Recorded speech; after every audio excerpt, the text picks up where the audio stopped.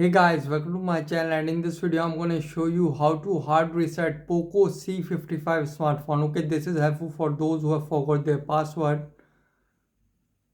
Okay, you can see the device is locked. Try again in 28 seconds. Okay, to do hard reset, first power off your smartphone. Tap on power off. Okay, now it is successfully power off. Now press and hold the volume up and power key together for a few seconds like this. Just press and hold it. And now release.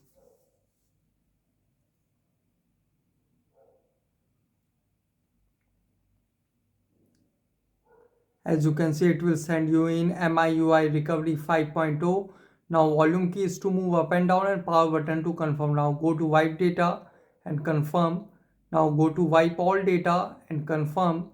Now here you can see confirm wipe of all data. This cannot be undone. Now go to confirm and confirm it. So as you can see, data wiped successfully. Now back to main menu, reboot and reboot to system. And guys, after hard reset, it might take some time to boot up the device. And after hard reset, when asked for password, tap on skip and use previously logged in Google account to unlock the phone.